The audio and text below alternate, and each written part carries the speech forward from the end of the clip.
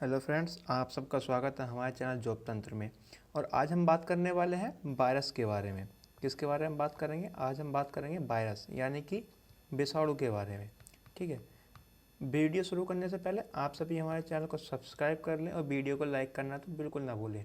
ठीक है। तो आज की इस वीडियो में हम बात करेंगे सबसे पहले वायरस होता क्या है। दूसरी बात करेंगे कि वायरस की संरचना कैसी होती है।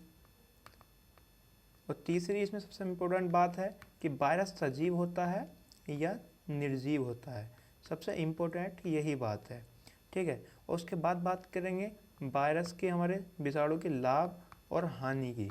ठीक है, कि इससे हमारे लाभ क्या है और इससे हमारी हानि क्या होती है। और पांचवी बात इससे बात करेंगे इसके प्रकार की, कि हमारा वायरस कितने प्रकार का होता है।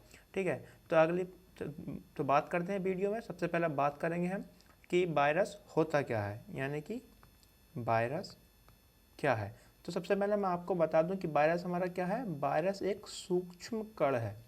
ठीक है। वायरस क्या है? एक सूक्ष्म कण है जो हमारे वातावरण में हमारे चारों ओर फ्री, बिल्कुल मुक्त रूप से घूमते हुए पाए जाते हैं। ठीक है।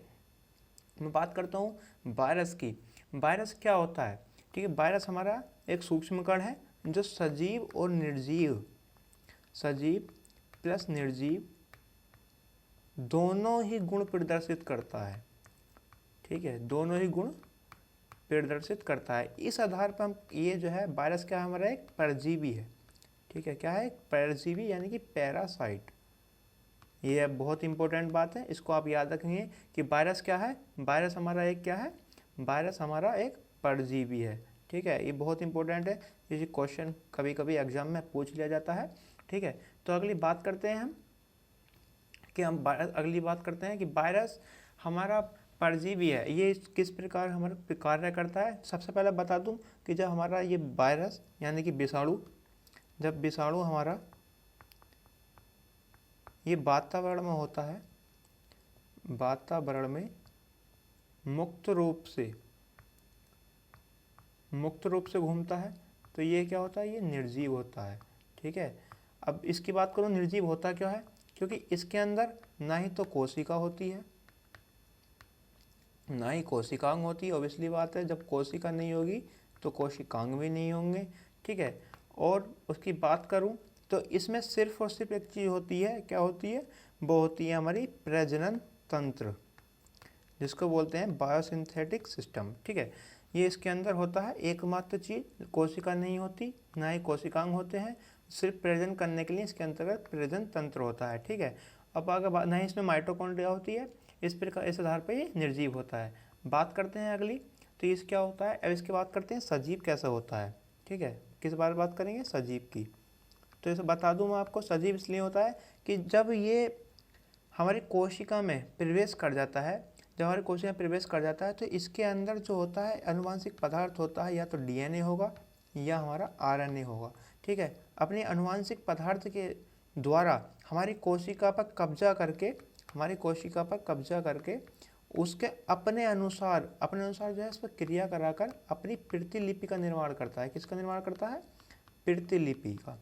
ठीक है। प्रतिलिपि का निर्माण करके अपनी प्रजनन कर अपनी जो है संख्या को बढ़ाता है। किसको बढ़ाता है? प्रजनन कर अपनी संख्या को बढ़ाता है। इस आधार पर हम देख सकते हैं कि सजीव कौन होते हैं? सजीव वे होते हैं जो प्रजनन करते हैं। ठीक है। जिनके अंदर कैटाबॉलिक या एनाबॉलिक क्रियाएं होती हैं। इस प्रकार जब प्रजनन करता है तो वायरस हमारा सजीव है।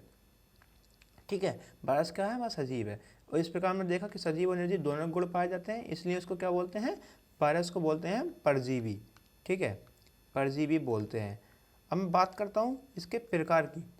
सबसे पहले देखते हैं कि हमारे जो इसके परजीवी है वायरस, जो क्या बोलते हैं विषाणु है, इसके प्रकार कितने होते हैं? विषाणु के प्रकार, तो ये 4 प्रकार का होता है। कितने प्रकार का होता है? 4 प्रकार का। एक होता है जंतु विषाणु, दूसरा होता है पादप विषाणु, तीसरा होता है कवक भोजी, और चौथा होता है हमारा जीवाणु भोजी। इसको आप याद रखेंगे, ये पूछ लिया जाता है। सबसे इम्पोर्टेंट कौन सा है इसमें? जीवाणु भोजी, जो हमारा लाभ भी देता है। ठीक है, मैं आगे बताऊंगा कौन कौन से इससे लाभ होते हैं। ठीक है, आगे चलते हैं, वीडियो में बात करते हैं। अब बात करते हैं इसके स्ट्रक्चर, इसकी संरचना के बारे में। किसके बारे में बात करेंगे? अब बात करेंगे इसकी संरचना के बारे में। ठीक है, तो अब देखते हैं इसकी संरचना इसकी कैसी होती है। तो मैं आपको बता देता हूँ कि संरचना में सबसे पहले इसके ऊपर क्या होता है, एक प्रोटीन का आवरण होता है। क्या होता है? प्रोटीन का आवरण। क्या है ये? प्रोटीन। याद रखेंगे अच्छे से। सबसे ऊपर क्या होता है? इसके प्रोटीन का आवरण होता है। उसके नीचे इसकी एक पूंछ लगी होती है। ठीक है, और पूंछ के नीचे इसके क्या होता है? पुच्छ सूत्र होते हैं। ठीक है, क्या होते हैं? पुच्छ सूत्र।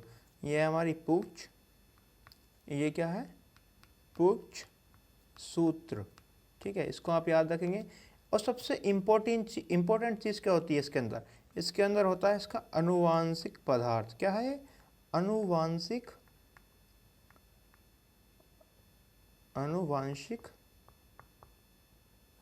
पदार्थ, जो क्या हो सकता है? या तो डीएनए हो सकता है या आरएनए हो सकता है। और ये एकल होते हैं, एकल कुंडली वाले होते हैं आनुवांशिक पदार्थ। ठीक है, इसके बारे में आप याद रखेंगे। इसी आनुवांशिक पदार्थ के द्वारा ये हमारी कोशिका पर क्या कर लेता है? नियंत्रण कर लेता है हमारी कोशिका पर। ठीक है, कोशिका नियंत्रण करके अपनी प्रतिलिपि बढ़ाता है, अपने अनुसार क्रिया कराकर। इसलिए इसके डीएनए आरएनए को हम एक मतलब उदाहरण दें तो इसको जो है हम AK-47 भी कह सकते हैं। ठीक है, तो आपने इसकी संरचना देखी। इसकी संरचना में क्या देखा? एक प्रोटीन का आवरण होता है, उसके अंदर क्या बोलते हैं? डीएनए आरएनए अनुवांशिक पदार्थ होता है। इसकी एक पूंछ होती है, इसके नीचे कुछ सूत्र होते हैं। ठीक है, अब वीडियो में आगे चलते हैं। अब बात करते हैं इसकी लाभ हानि के बारे में। ठीक है, किसके बारे में बात करेंगे? अब बात करने में इसकी लाभ हानि के बारे में। सबसे पहले इसके लाभ देख लेते हैं, लाभ कौन कौन से हैं। तो मैं आपको बता दूं इसके लाभ क्या है। सबसे पहली एक तो बात है कि इसके लाभ में कि ये सजीव और निर्जीव, सजीव प्लस निर्जीव दोनों के गुण प्रदर्शित करता है। इससे क्या है? हमारे जैव विकास का अध्ययन करना बहुत आसान हो जाता है। जैव विकास का अध्ययन बहुत आसान हो जाता है। ठीक है, आगे वीडियो में बात करूं इसके दूसरे लाभ के बारे में। तो दूसरा लाभ क्या है? इसका दूसरा लाभ क्या है? ये नील हरित शैवाल, बोलते हैं नील हरित शैवाल, आपको पता होगा। नील हरित शैवाल की सफाई में काम देता है। ठीक है, इसको आप याद रखेंगे। और तीसरा सबसे इम्पोर्टेंट चीज़ जो मैं आपको बता दूं, ये जल की सफाई में काम देता है। जल की सफाई यानी कि जल को सड़ने से रोकता है। मैं आगे बता देता हूँ क्या करता है। ये जल को क्या करता है? जल को क्या करता है? ये जल को सड़ने से रोकता है। मैंने अभी आपको बताया था पीछे, इसके कुछ प्रकार बताए थे। तो उन्हीं प्रकारों में जल को सड़ने से जो रोकता है वो रोकता है जीवाणु भोजी। कौन रोकता है? जीवाणु भोजी विषाणु।